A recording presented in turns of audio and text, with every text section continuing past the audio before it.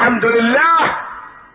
كلمة الحمد لله بتريح الزهقان، تريح اللي متضايق. ساعة ما يقول الحمد لله بيشعر بالسكينة نزلت في قلبه. بس الحمد لله تكون طالعة من القلب، تكون طالعة من القلب، مش واكل جوز حمام زي الحال يا فلان الحمد لله اللهم دفع نعمة واحفظها بالزوال يا راجل. واكل خرطة جبنة حدقة يعني حمام بلاصي ازاي الحال؟ الحمد لله هي عيشة واخرتها الموت. يا ساتر يا رب. ايه يا راجل ده ايه يا راجل؟ اشمعنى يعني ساعة الحمام يبقى الفولت حالي 120 وساعة الجبنة الحدقة الحجر ينام؟ يا راجل مش كده، خليك فولت امال على طول. ايه الكلام ده؟ احمد ربنا، احمد ربنا اللي اداك معدة تهضم الجبنة الحادقة.